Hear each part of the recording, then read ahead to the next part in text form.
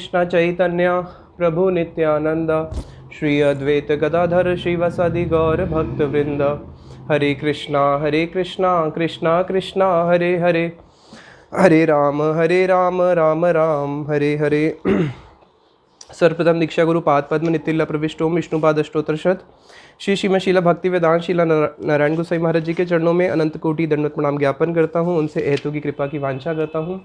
तत्पश्चात नितिल्ला प्रविष्ट ओम विष्णुपाद अष्टोत्तरशत श्री श्रीमशीला एसी भक्ति वेदांत शीला स्वामी महाराज जी के चरणों में अनंत कोटि दंडवत प्रणाम करते हुए उनसे भी हेतु की कृपा की वांछा करता हूँ। आप सब भक्तों को मेरा यथा योग्य प्रणाम स्वीकार हो। हरे कृष्णा। प्रणाम स्वीकार कर लिया ना सब भक्तों ने? ठीक है, हरे कृष्णा। तो आज हम गीता के हरे कृष्णा। तो अभी हम लोग सेवेंथ चैप्टर को कंटिन्यू करते हैं। हरे कृष्णा। हाँ, म्यूट कर लो। 7वें चैप्टर को कंटिन्यू करते हैं, जिसमें भगवान बता रहे हैं कि ऐसे कौन से 4 प्रकार के लोग हैं जो मेरा भजन करते हैं और ऐसे कौन से 4 प्रकार के लोग हैं जो मेरा भजन नहीं करते हैं। तो 4 प्रकार के ऐसे लोग जो भगवान कृष्ण का पहले बता रहे हैं, भगवान जो मेरा भजन नहीं करते। 14 नंबर श्लोक है, आप लोग पीछे बोल सकते हैं। ना माम दुष्कृतिनो मूढ़ा प्रपदन्ते नराधमा, ना माम दुष्कृतिनो मूढ़ा प्रपदन्ते नराधमः, माया अप्रित ज्ञाना असुरम भावम आश्रिता।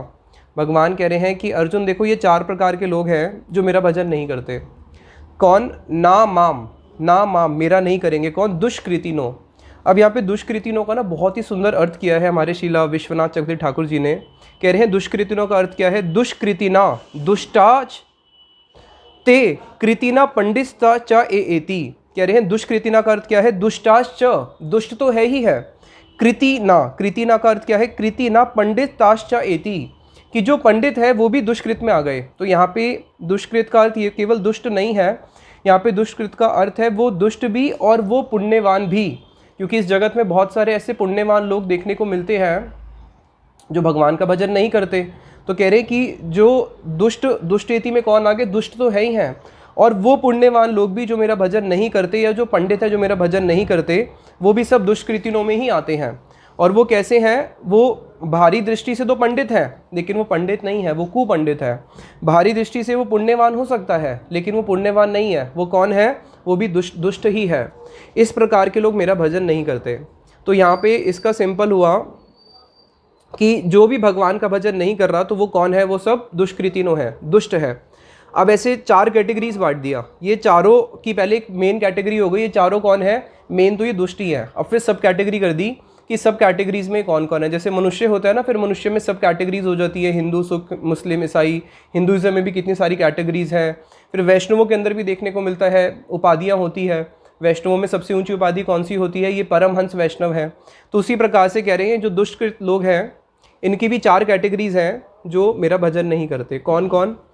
सबसे पहले बताया मूढ़ा का अर्थ क्या है? मूढ़ा का अर्थ होता है कि जो लोग मूढ़ हैं, मूढ़ मीन्स जो लोग बहुत पशु तुल्य हैं, जिनका इंसान का शरीर तो है लेकिन बुद्धि बिल्कुल पशु जैसी है, उसको बोलते हैं मूढ़ा। तो भागवतम में बड़ा सुंदर एक श्लोक आता है जिसको यहाँ पे शीला विश्वनाथ चक्रवर्ती ठाकुर जी ने कोट किया है। श्रीमद् भागवतम के 3rd कैंटो के 32 नंबर अध्याय का 19 नंबर श्लोक है, जिसमें देवहूति कपिल संवाद का है ये, जिसमें देवहूति को कपिल देव बता रहे हैं कि इस जगत में कैसे लोग होते हैं। इस जगत के जो लोग जो भगवान का भजन नहीं करते वो कैसे होते हैं? नूनम दिवेहेन विहिता ये च अच्युत कथा सुधाम हित्वा शृण्वन्ति असद गाता पुरुषम ए विडभुजा।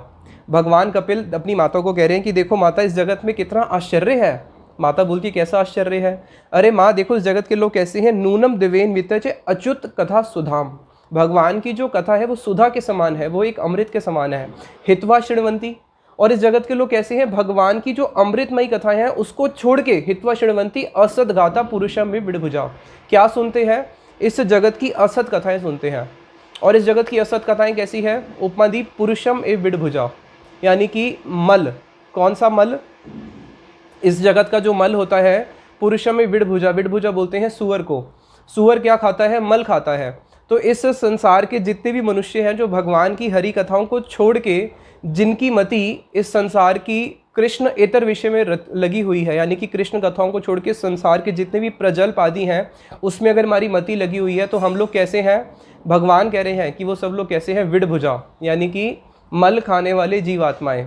तो उसी प्रकार से बताया कि जो लोग भगवान का भजन नहीं करते हैं, भारी दृष्टि से मनुष्य शरीर मिलने पर भी उनका अमृत के प्रति तो लोभ हुआ नहीं। भगवान की कथा तो अमृत है, और अमृत को त्याग करके क्या क्या किस चीज़ के पीछे भाग रहे हैं?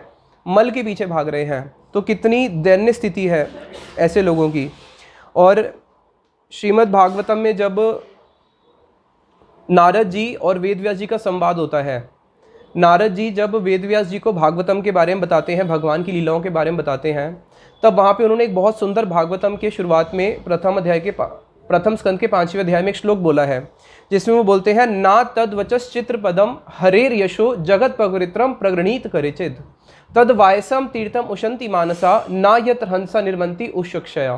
कह रहे हैं कि अरे वेदव्यास जी देखिए, इस जगत में अगर आप देखोगे, हंस का रहने का स्थान अलग है, वायसम तीर्थ मानसा, और जो कौवे होते हैं, काक, वो अलग जगह पे रहते हैं। कौवा कहाँ रहता है?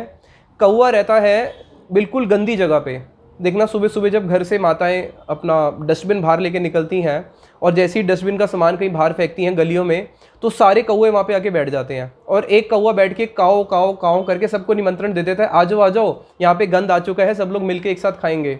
और जो हंस होता है, हंस कभी आपको गंदी जगह पे नहीं मिलेगा। हंस कहाँ पे मिलेगा? हंस जो है वो आपको मिलेगा मानसरोवर में, जहाँ पे वो क्या करता है? कमल के सुंदर नाल में से उस अमृत को पान करता है, कमल के सौरभ को पान करता है।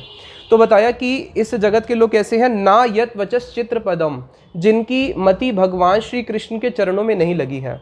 भगवान श्री कृष्ण की हरि कथा कैसी है? जगत पवित्रम प्रगृणीत करेचित, पूरे जगत को पवित्र करने वाली जो भगवान कृष्ण की कथाएं हैं, उन कथाओं को छोड़ के जो लोग क्या कर रहे हैं? इस संसार की व्यथा के पीछे पागल हो रहे हैं। वो लोग तो कैसे हैं? कौवे के समान हैं। और अगर मानो 20 कौवे बैठे हैं और उन 20 कौवों के बीच में आके एक हंस बैठ जाए, तो उस हंस का लोग क्या करेंगे? उस हंस का तो लोग उपहास ही उड़ाएंगे ना, कि अरे देखो ये कैसा हंस है, ये इसको इतना नहीं पता मरा हुआ चूहा खाने में कितना आनंद आता है। कौवे क्या खाते हैं? मरा चूहा, मरी छिपकली, बासा खाना, ये सब तो खाते हैं कौवे।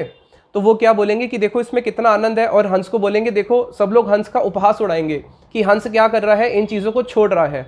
उसी प्रकार से भक्त लोग जब नॉन डिवोटीज़ के सर्कल में बैठते हैं, तो नॉन डिवोटीज़ उनका मजाक उड़ाते हैं, अरे तुम कैसे लोग हो? तुम इंसान हो क्या? तुम तो मांस मच्छी नहीं खाते, बिना मांस मच्छी के तुम कैसे रहोगे? अरे तुम प्याज लहसुन भी नहीं खाते, तुम कैसे लोग हो? क्या तुम पिक्चर भी नहीं देखते? तुम मूवी के सॉन्ग भी नहीं सुनते? अरे तुम जी क्यों रहे हो फिर? तो इस संसार के जो लोग हैं वो कैसे हैं? कौवे के समान हैं। और हंस अगर काक की उस सभा में जाके बैठ जाएगा, वो अपने स्वभाव को त्याग नहीं करेगा, क्योंकि हंस का जो स्वभाव है वो अमृत पान करने का है, वो गंदी चीज़ पान नहीं कर सकता। तो भगवान कह रहे हैं जो मूढ़ लोग हैं वो कैसे होते हैं? जो मूढ़ होते हैं वो भगवान कृष्ण का भजन नहीं करते, और क्या करते हैं? भगवान कृष्ण के भजन को छोड़ के इस संसार की जितनी भी मल और जितनी भी व्यथाएं हैं उसमें ही अपने मन को रमाए रखते हैं। और भगवान की कथाओं में कैसा आनंद है! भगवान की कथाएं पुनः पुनः श्रवण करने में भी एक आनंद आता है।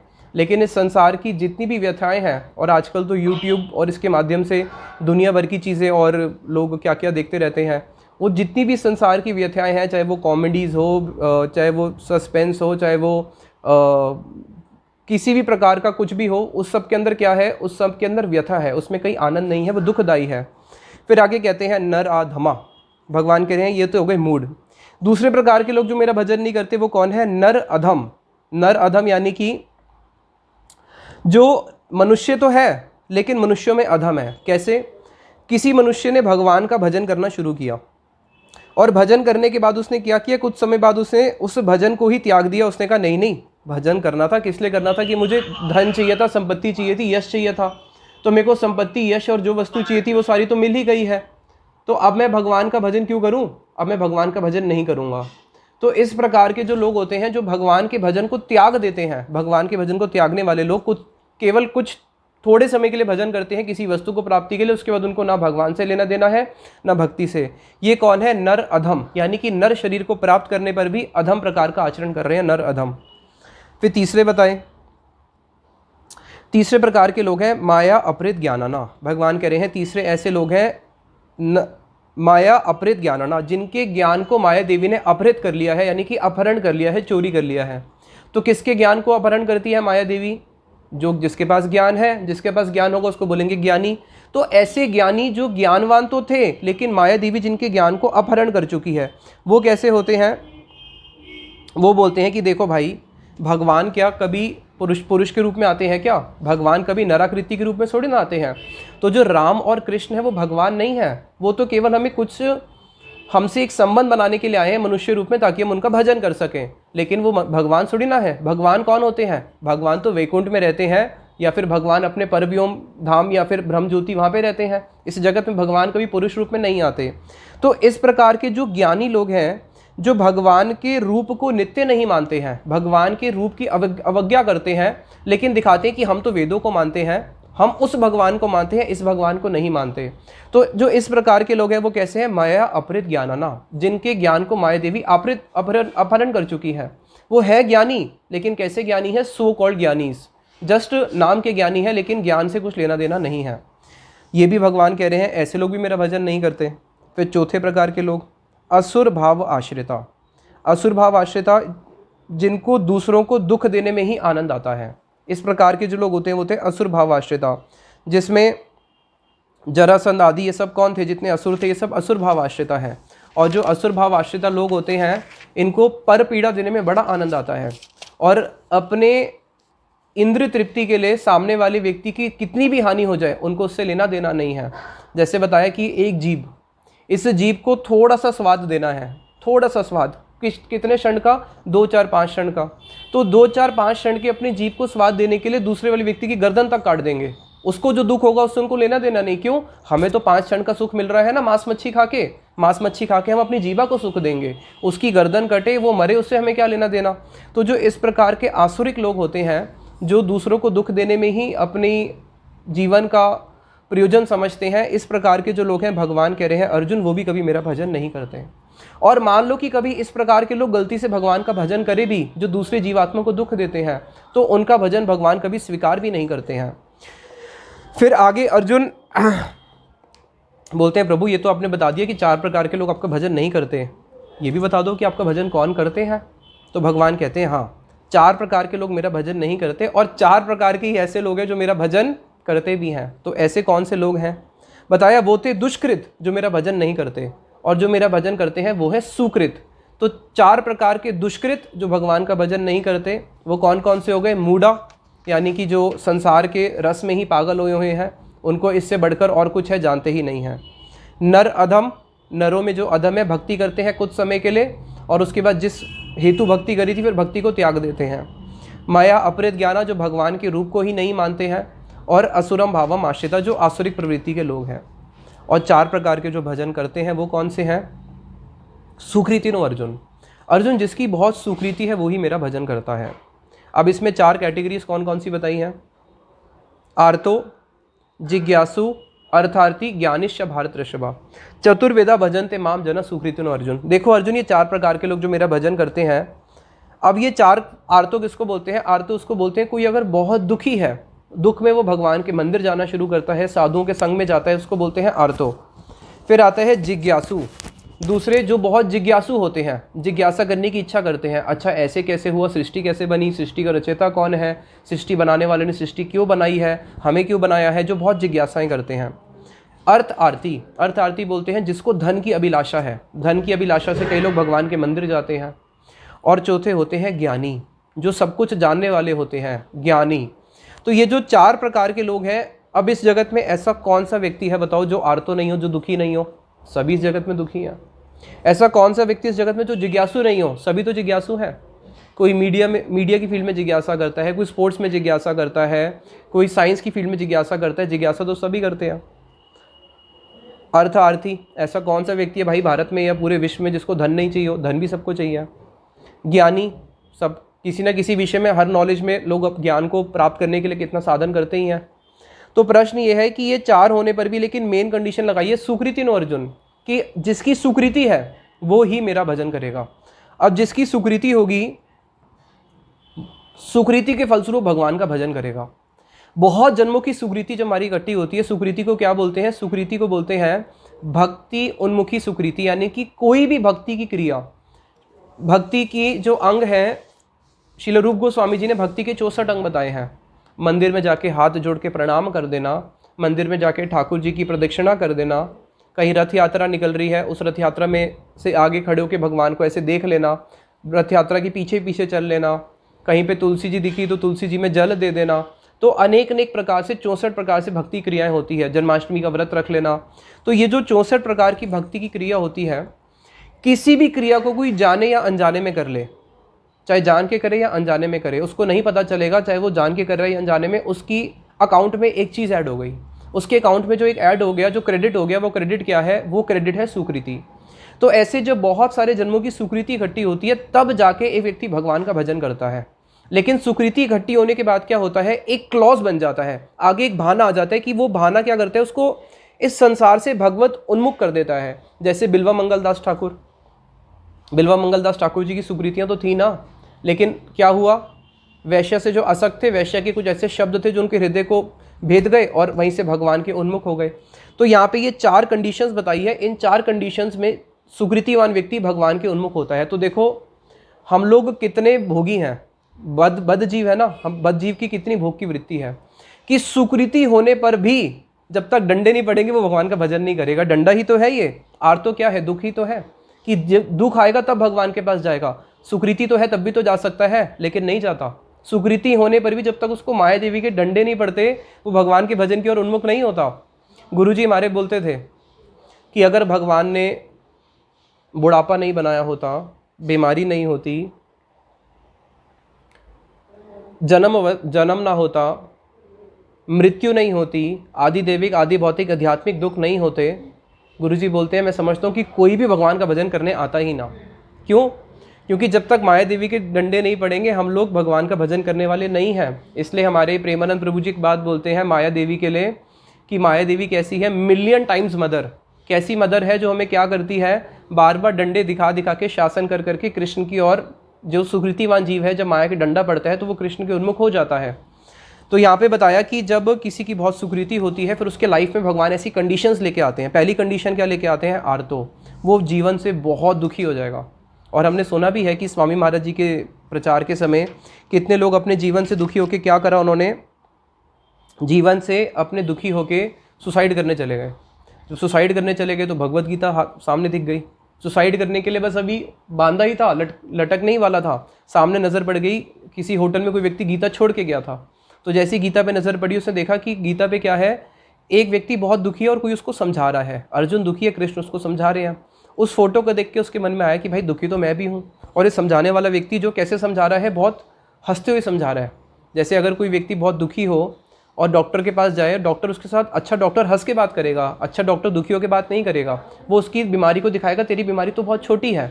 जैसे वहाँ पे मथुरा में एक हॉस्पिटल खोला वृंदावन में, उसकी ऐड क्या लगी हुई है? वृंदावन में बड़े बड़े बैनर लगे हैं, आपकी बीमारी जितनी मर्जी बड़ी क्यों ना हो हमारे हॉस्पिटल से बड़ी नहीं हो सकती।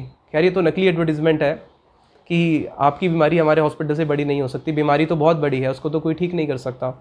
तो वहाँ पे कृष्ण क्या कर रहे हैं? हंसते हुए अर्जुन को गीत गा रहे हैं। अर्जुन दुखी है और भगवान उनको गाते गाते उनके पूरे डिप्रेशन को दूर कर दिया। उसे जब उस फोटो को देखा कि कोई व्यक्ति बहुत आराम से किसी एक दुखी व्यक्ति को समझा रहा है, अभी गले में फंदा डालने ही वाला था, नीचे उतरा और गीता उठा के पढ़ने लग गया, उसके दुख खत्म हो गए। तो आर्तो यानी कि एक ऐसी सिचुएशन जब एक जीव बहुत दुखी हो जाता है और दुख में फिर वो भगवान की जाके शरण लेता है, उसको बोलते हैं आर्तो। इस प्रकार के लोग कृष्ण कह रहे हैं कंडीशन अप्लाई, सुकृति होगी और वो आर्तो होगा तो वो मेरा भजन करेगा। और प्रायः देखने को मिलता है इस प्रकार के लोग ही भगवान का भजन करते हैं कि जी हम तो बहुत जीवन से दुखी हैं, चलो मंदिर जाना शुरू करते हैं, मंदिर जाते हैं और फिर वहाँ पे भक्तों का संग होता है और आ जाते हैं।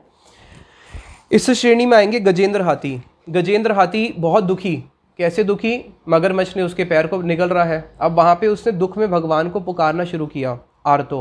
और आर्तो में जब एक व्यक्ति भगवान को पुकारता है, सुकृतिवान अगर होता है, तो उसकी जो पुकार होती है वो पूरी एक उसके अंतकरण से निकलती है, अंतकरण से रोते हुए भगवान से प्रार्थना करता है आर्तो।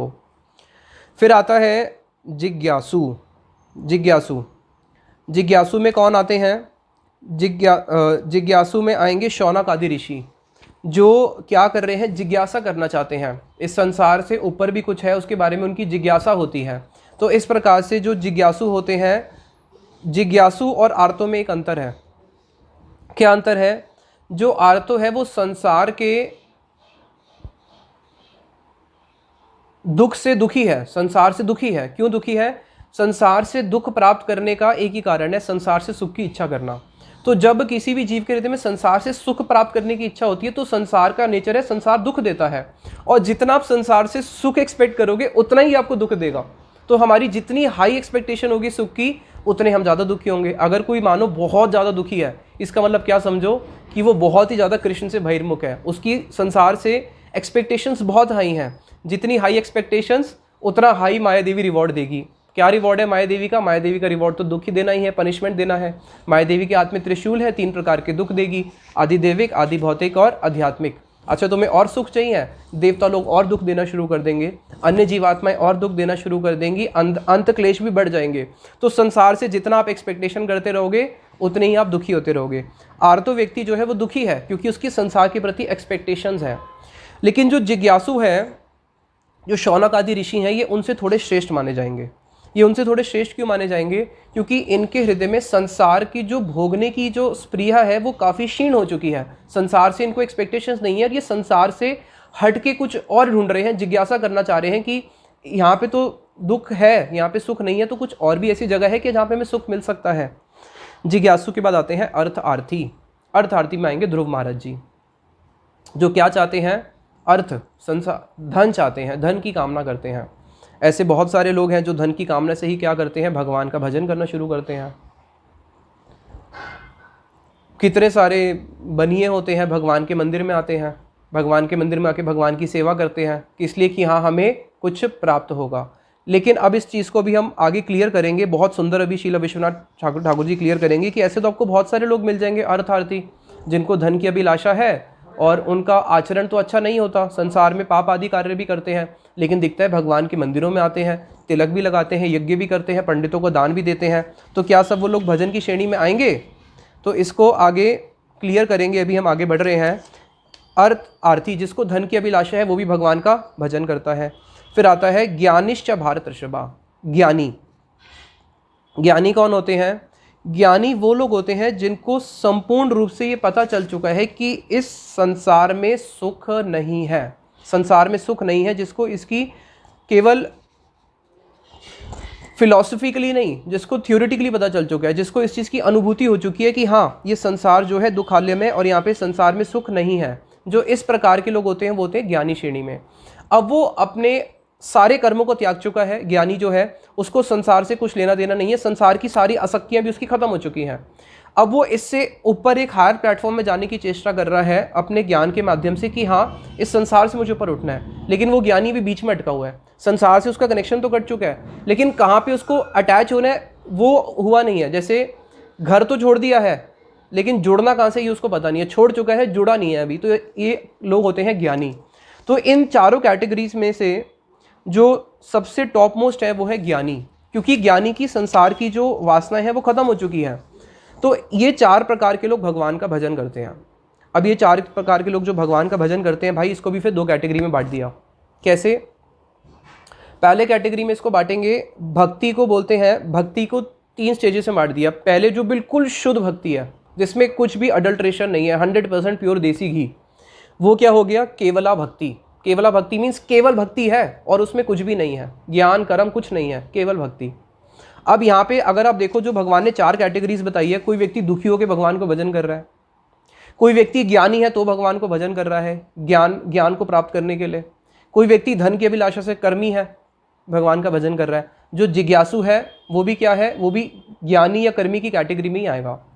इन 4 प्रकार के लोग जो भगवान का भजन करते हैं, इनमें से चारों में से भगवान ने ऐसा तो कोई बोला नहीं जो केवल मेरा भजन मेरे को प्रसन्नता के लिए ही कर रहा हो, अनन्य भजन कर रहा हो, केवल भक्ति कर रहा हो। तो बताया कि जो भक्ति की शुरुआत है ना, भक्ति की शुरुआत डायरेक्ट वहाँ से नहीं होती है। ये 4 एक क्लॉज बन जाते हैं भगवान के भजन में आने के। लेकिन जब एक व्यक्ति भगवान का भजन में आ जाता है इस क्लॉज के माध्यम से, फिर उसके बाद क्या होता है? ये क्लॉज बन जाते हैं भगवान का भजन करने के। लेकिन जब वो भगवान का भजन करता है, करने के बाद फिर वो भगवान से क्या मांगता है? करने के बाद फिर जिस हेतु वो भगवान के भजन करने आया था, जैसे ध्रुव महाराज जी भगवान का भजन क्यों करने गए? भाई मुझे तो धन चाहिए। कैसा धन चाहिए? अपने दादा परदादा से भी बड़ी संपत्ति चाहिए। भगवान का भजन किया। अब जब भगवान सामने प्रकट हो गए, तब उनका जो क्लॉज बना था कि मेरे को धन के लिए भगवान का भजन करना है, वो क्लॉज हट गया। अब उनकी भक्ति कैसी हो गई? अब वो केवल भक्ति की बात कर रहे हैं, भगवान से प्रार्थना कर रहे हैं। क्या? नूनम विमुष्ट मतया तव माया, हे प्रभु मेरी मति तो मस्त हो गई आपकी माया से। कैसे? ये त्वाम भव अपयये विमोक्षणम, कि प्रभु आप तो भव भय को खत्म कर सकते हो, आप तो मुक्ति प्रदान कर सकते हो, जन्म मृत्यु का आना जाना आप खत्म कर सकते हो। आप कैसे हो? अनन्य हेतु अर्चति कल्पक तरम, आप कैसे हो प्रभु? आप कल्पतरु के समान है। कल्पतरु सारी इच्छाओं को पूर्ण कर सकता है, और मैं आपके पास इतनी तुच्छ इच्छा लेके आया हूँ, संसार को भोगने की इच्छा। ये कैसी है? निरय अपि निरिणाम, जो नरक में लोग रहते हैं, नरक में भी भोग करते हैं। नरक में भी जो जीव आत्मा है उनको भी वहाँ पे भोग का सुख मिलता है, विषय सुख नरक में भी है। तो प्रभु एक ऐसा विषय सुख जो नरक की जीवात्मा को भी मिलता है, और आप मेरे सामने साक्षात कल्पतरु खड़े हो, और मैंने आपका भजन किस लिए किया? अनन्य हेतु अर्चंती, मैंने किसी अन्य हेतु के लिए आपका अर्चन किया है। मेरी मति माया ने हर ली है। इसलिए प्रभु मैं क्या चाहता हूँ? कुणप उपभोग्यम इच्छन्ति यत् स्पर्जनम। कुणप, कुणप होता है ये जो शरीर है, ये कुणप बोलते हैं, यानी कि शरीर जो है हमारा धातु से बना है। कौन सी धातु से? अस्थि चरम माम, अस्थि चरम दे मम। ये जो शरीर जो हमारा बना है, जिस भी वस्तु का बना है वो सारी धातु कैसी है? गुरुदेव बोलते थे शॉर्ट में, टट्टी पेशाब की थैली। तो ये कुणप है। ये शरीर क्या है? टट्टी पेशाब की थैली है, हड्डी की थैली है ये। तो इस शरीर को भोग करने के लिए मैंने आपका भजन किया। हाय हाय प्रभु मेरी मति तो हरी गई थी। अब उन्होंने भगवान का भजन किस लिए किया था? उन्होंने भगवान का भजन किया था धन की इच्छा से। और अब क्या कह रहे हैं? अब अपने आप को ही कोस रहे हैं। अब कौन सी भक्ति की बात कर रहे हैं? केवल भक्ति की बात कर रहे हैं कि प्रभु मुझे तो केवल आपकी भक्ति ही चाहिए। तो बताया कि उसी प्रकार से ये चार कारण तो बन जाते हैं भगवान के भजन में आने के, लेकिन जब उसका साधु संग होता है, भक्ति में आगे बढ़ता है, तो ये चारों कारण उससे फिर वो निवृत्त हो जाता है। जो व्यक्ति भगवान का भजन करता है किसकी इच्छा से? धन की इच्छा से। इसको अच्छी तरह समझना। भगवान उसको धन तो देंगे, ध्रुव महाराज जी को भी धन दिया, लेकिन उस धन को भोगने के बाद उसके अंदर एक वैराग्य आ जाएगा, उससे उसका निवृत्ति हो जाएगी। अब उसको धन अच्छा नहीं लगेगा। अब फिर वो क्या करेगा? वो भगवान के सौंदर्य और रूप के प्रति आकृष्ट हो जाएगा। फिर वो भगवान से क्या प्रार्थना करेगा? कीट जन्म हूँ यथा तू या दास, हे प्रभु तू मुझे कीड़े का जन्म दे दे। ज्ञानी जो इस संसार के दुख से बचना चाहता है, जन्म मृत्यु से बच के मुक्ति को प्राप्त करना चाहता है, फिर वो ज्ञानी भी मुक्ति को तुच्छ मानता है और बोलता है प्रभु मुझे कीड़े का जन्म दे दे तू, और तू मुझे क्या कर? नाथ योनि सहस्रेषु येषु येषु ब्रह्मी अहम। प्रभु एक योनि क्या, आप मुझे करोड़ों करोड़ों योनियां दो। एक बारी जन्म की बात नहीं कर रहा, आप मुझे करोड़ों बारी जन्म दो, करोड़ों बारी मरण दो, मुझे उससे कोई भय नहीं है। बस मुझे एक चीज़ का भय है, कहीं आपके चरणों से दूर ना हो जाऊं। तब विरह कांक्षे, प्रभु आपके विरह, बस उसी की ही आकांक्षा करता हूँ। इस संसार के जितने भी दुख हो उससे मुझे कुछ लेना देना नहीं है। तो इस प्रकार के जो लोग होते हैं, ये चार प्रकार के लोग इन चार हेतु से भगवान का भजन करते हैं, लेकिन बाद में इनकी जो भक्ति है वो केवला भक्ति में आ जाती है, जिसके अंदर केवला भक्ति का अर्थ है कि उनको ये जो वस्तु जिसके लिए उन्होंने भगवान का आश्रय लिया था वो उनको बहुत तुच्छ लगती है, और उनको भगवान का सौंदर्य उनके मन को आकृष्ट कर लेता है। फिर वो भगवान की हरि कथा और भगवान की सेवा को छोड़ के उनके हृदय में कोई अभिलाषा रह ही नहीं जाती। तो ये जो चारों प्रकार के जो भक्त हैं, बाद में जब इनकी भक्ति शुद्ध फॉर्म में आ जाती है केवला भक्ति में, तब इनके अंदर फिर कोई भी डिविजन्स नहीं रह जाते, सब भगवान के अनन्य केवला भक्त हो जाते हैं। अब केवला भक्ति से एक केवला भक्ति हो गई टॉप मोस्ट भक्ति, अब उससे एक कदम वो नीचे आते हैं, उसको बोलते हैं प्रधानी भूता भक्ति। केवला भक्ति तो आदर्श हो गया कि वहाँ तक इनको पहुँचना है, वहाँ तक हम सबको पहुँचना है। फिर आता है प्रधानी भूता भक्ति। प्रधानी भूता भक्ति क्या होता है? जिसके अंदर ज्ञान, कर्म और योग, ये तीन चीज़ें हैं। ज्ञान, कर्म, योग। ज्ञानी ज्ञान कर रहा है, और बाकी जो जिसको संसार की कुछ भौतिक इच्छाएं चाहिए, जिसको अपने दुख दूर करने हैं, वो सब कर्म का आश्रय लेते हैं। तो ज्ञानी, कर्म और ये जो योगी हैं, जिसमें ये भक्ति का आश्रय लेते हैं, भक्ति को तो प्रधान देते हैं, प्रधानता भक्ति को ही देते हैं, लेकिन फिर भी हृदय में क्या रह जाता है? कर्म, ज्ञान और योग के प्रति थोड़ा सा हृदय में अभी भी उनके कषाय रह गए हैं, थोड़े से उसके प्रति अभी भी इनके हृदय में उसके प्रति सम्मान रह गया है। तो इसको बोलते हैं प्रधानी भूता भक्ति। अब प्रधानी भूता से बिल्कुल नीचे आ जाओ, उसको बोलते हैं गुणी भूता भक्ति। प्रधानी भूता यानी कि जिसमें भक्ति की प्रधानता है, गुणीभूता यानी कि जिसके अंदर भक्ति की प्रधानता नहीं है, जिसके अंदर कर्म, ज्ञान और योग की प्रधानता है। कर्म, ज्ञान और योग की प्रधानता है। और उनकी भक्ति कैसी होगी? बहुत थोड़ी सी। अरे तुमने इतने यज्ञ कर लिए भाई, इतने यज्ञ करने के बाद भी तुम्हें सफलता तो मिली नहीं। हाँ भाई बात तो ठीक है, इतने यज्ञ कर लिए तब भी मेरी इच्छा पूरी नहीं हो रही, तो तुम क्यों नहीं जाके एक बारी किसी शुद्ध वैष्णव से यज्ञ करवा लो। हाँ भाई बात तो ठीक है, पंडितों को बहुत बुलाया यज्ञ करने के लिए, अब किसी शुद्ध वैष्णव को बुला के यज्ञ करवाता हूँ। किसी शुद्ध वैष्णव को बुलाया, उससे यज्ञ कराया, उसकी बहुत सेवा करी, उसको बहुत धन आदि भी दिया। हाँ महाराज जी, आपको कुछ भी चाहिए तो आप बोलना, हम आपकी सेवा करेंगे। आपके मंदिर में कोई भी अभाव हो तो बोलना, हम पूरा करेंगे। आपका मंदिर बनवा दूँ, आपके आश्रम बनवा दूँ, आपको गाड़ी दिलवा दूँ, आपको जो भी चाहिए आश्रम में बोलो सब हम देंगे। तो वहाँ पे उसकी जो प्रधानता है भक्ति नहीं है, उसकी प्रधानता अपने कर्म ही है, और वो अपने कर्म को ही प्रधानता दे रहा है। और वो वैष्णव को सम्मान क्यों दे रहा है? क्योंकि वो उसको उसमें हेल्प कर रहे हैं कि हाँ उन्होंने हमारा यज्ञ कर दिया। अब अगर वैष्णव उसको बोले कि भाई तुम भगवान का नाम लो, भगवान के नाम से सब कुछ हो जाएगा, उसकी मति में आएगा नहीं। हमने देखा हमारे प्रेमानंद प्रभु जी जब मथुरा में रहते थे, उनसे बहुत सारे लोग मिलने आते थे। तो प्रभु जी किसी को बोलते थे, अच्छा तुम्हारा ये काम नहीं हो रहा, तुम जाओ गिरिराज जी की परिक्रमा देके आ जाओ। अच्छा तुम्हारा ये काम नहीं हो रहा तो ऐसे करो, वृंदावन में सप्त दिवाले है ना, 7 ठाकुर, 7 ठाकुर जी को जाके 1-1 किलो घी दे आओ, नहीं तो गोविंद गोपीनाथ मदन मोहन जी की तीनों की पोशाक बना दो। किसी को बोलते थे अच्छा एक काम करो, यमुना जी में जाके ना 500 लीटर दूध चढ़ा दो। तो मैंने कहा प्रभु जी आप ये सबको क्या बोलते रहते हो, जो भी आता है उसको हरिनाम का क्यों नहीं बोलते?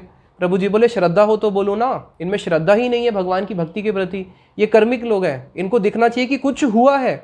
जब तक इनको ऐसे नहीं लगेगा कि कुछ हुआ है, बोलेंगे क्या किया, बस बैठ के हरे कृष्ण किया।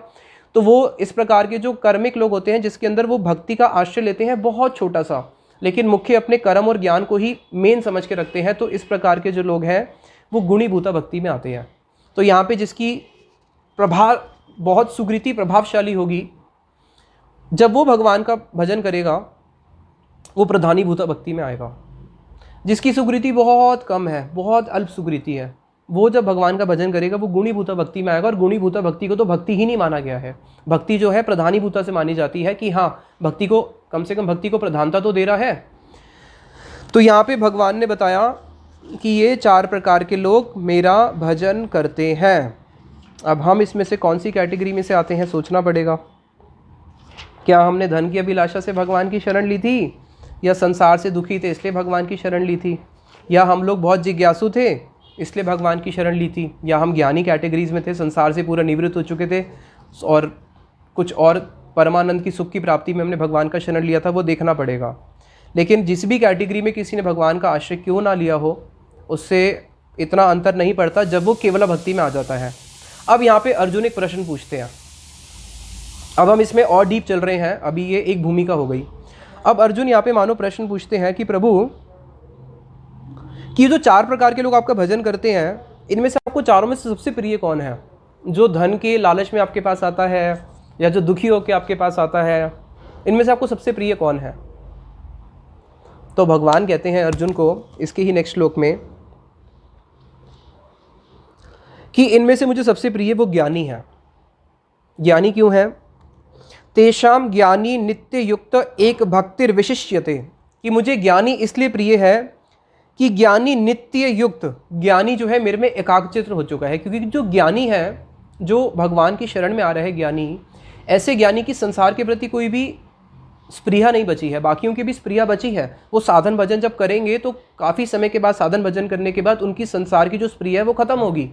लेकिन जब तक उनकी संसार की स्पृहा खत्म नहीं हुई है, उनकी भक्ति प्रधानीभूता में आ रही है, अभी उनकी केवला भक्ति नहीं हुई है, तो फिर वहाँ पे उनकी संसार के प्रति स्पृहा होने के कारण कभी तो वो भगवान को स्मरण करते हैं, कभी संसार को स्मरण करते हैं। लेकिन जो ज्ञानी है वो एक भक्तिर विशिष्यते नित्य युक्त, तो वो भगवान के चरणों में नित्य अनुरक्त हो चुका है। तो इसलिए भगवान कह रहे हैं कि ऐसा एकाग्र चित्र मेरे में अनुरक्त ज्ञानी व्यक्ति इन सबसे श्रेष्ठ है और वो मुझे अतिशय प्रिय है। क्यों? क्योंकि वो मुझे प्रिय है, क्योंकि मैं उनका अतिशय प्रिय हूँ, इसलिए वो मुझे भी प्रिय हैं। उनके जीवन में भगवान के अलावा और कुछ नहीं होता। तो ऐसे जो ज्ञानी लोग होते हैं, जो भगवान के भजन में आते हैं, वो बहुत तीव्र गति से आगे बढ़ते हैं और भगवान कह रहे हैं मुझे बहुत प्रिय हैं। तो आगे भगवान कह रहे हैं एव एते ज्ञानी तव आत्म एव में मतम। अरे अर्जुन, और तो मैं कहूँ क्या, ऐसे जो ज्ञानी है, यहाँ पे ज्ञानी का अर्थ आप ज्ञानी मत समझिए, ज्ञानी का अर्थ समझिए जो ज्ञानी से भक्त बन चुका है। ऐसे जो ज्ञानी व्यक्ति है वो कैसे हैं, वो मेरे आत्मस्वरूप हैं। ये मेरा अभिमत है कि वो मेरी आत्मा ही बन जाते हैं, वो मेरे से इतना प्रेम करने लग जाते हैं, यानी कि भगवान के वो शुद्ध भक्त बन जाते हैं ज्ञानी सबसे पहले। और वो भगवान की कैसे हैं, भगवान की अपनी आत्मा ही बन जाते हैं, जिसको हमारे एक कीर्तन में बताया गया है, तोमार हृदय सदा गोविंद विश्राम, कि आपके हृदय में सदा गोविंद का विश्राम होता है। गोविंद कहे मम वैष्णव प्राण, अरे ये वैष्णव तो मेरे प्राण ही बन जाते हैं। तो यहाँ पे प्रश्न उठता है कि प्रभु, अगर ज्ञानी आपके इतने ही प्रिय हैं कि वो आपकी आत्मा ही बन जाते हैं, तो ऐसे तो बहुत सारे ज्ञानी लोग हैं भारत में, कितने लाखों ज्ञानी हैं, तो क्या सभी आपकी आत्मा है क्या?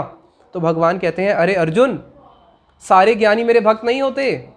इस गलत फहमी में मत रहना कि सारे ज्ञानी मेरे भक्त बन जाएंगे, नहीं।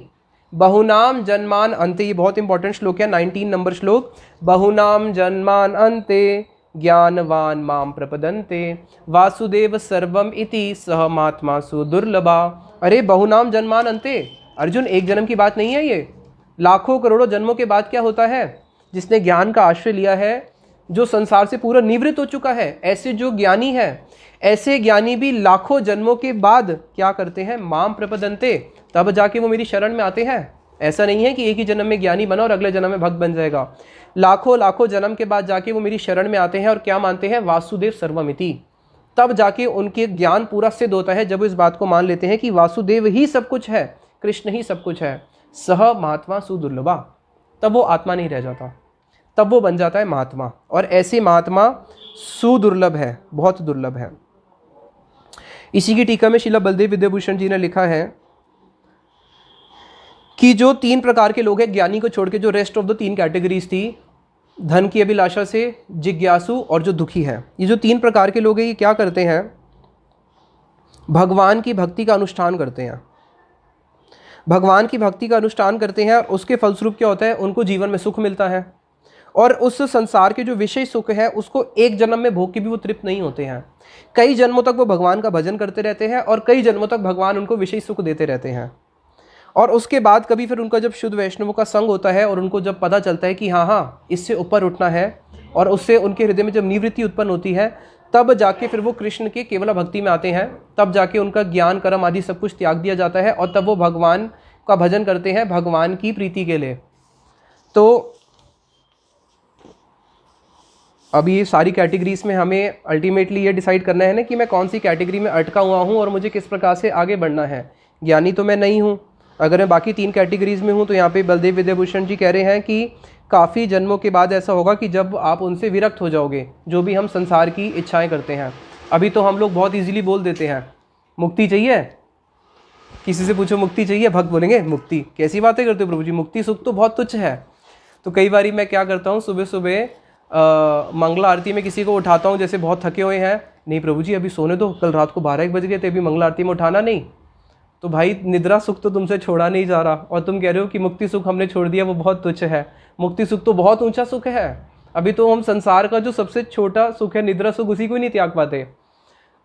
एक प्रभु है, काफ़ी सीनियर डिसाइपल हैं इस्कॉन के, वो एक बात बोलते हैं, वो बोले कि प्रभु 25 साल हो गए मुझे, 25 साल से ब्रह्मचारी हूँ, मंदिर में ही रहता हूँ, और आज भी जब सुबह अलार्म बजता है ना तो कई बार मन बोल देता है नहीं यार आज छोड़ दे यार, आज अलार्म बंद कर देते हैं, आज मंगल आरती स्किप कर देते हैं। तो सोचो ये मन जो है संसार के सुख भोग में कितना ज़्यादा आसक्त है कि हम लोग एक छोटा सा निद्रा सुख भी नहीं छोड़ सकते। और कहाँ पे हम बात करते हैं कि हम मुक्ति सुख को भी तुच्छ कर देंगे। मुक्ति सुख तो निद्रा सुख से कोटि कोटि गुना बड़ा है, और भगवत सुख तो बहुत ऊंची बात है जब हम संसार का सबसे छोटा सुख ये भी नहीं त्याग पा रहे। तो जब तक हम इस संसार के सुखों में ही हम लोग रमे रहते हैं, भजन करते रहते हैं, फिर कई जन्मों बाद जब उससे हमारी विरक्ति होती है तब जाके हम लोग भगवान के शरण में जा पाते हैं। लेकिन हम लोगों को एक बोनस पॉइंट मिल चुका है, ये भगवान ने जो बातें बोली थी 5000 साल पुरानी बातें हैं गीता की, लेकिन बीच में भगवान ने एक बोनस दे दिया। क्या बोनस दे दिया? स्वयं श्रीमन चैतन्य महाप्रभु और उनके जो परिकर आए हैं, उन्होंने जो अपनी करुणा की लहरें इस जगत में छोड़ दी है, उनकी करुणा की लहरों का अगर हम आश्रय लें तो हम बहुत जल्दी कृष्ण भक्ति को प्राप्त कर सकते हैं। फिर आगे यहाँ तक तो हमारी पिछली क्लास पूरी हो गई, जो हमारी 25 4th क्लास थी। अब आगे इसी में आगे बढ़ते हैं, नेक्स्ट क्लास।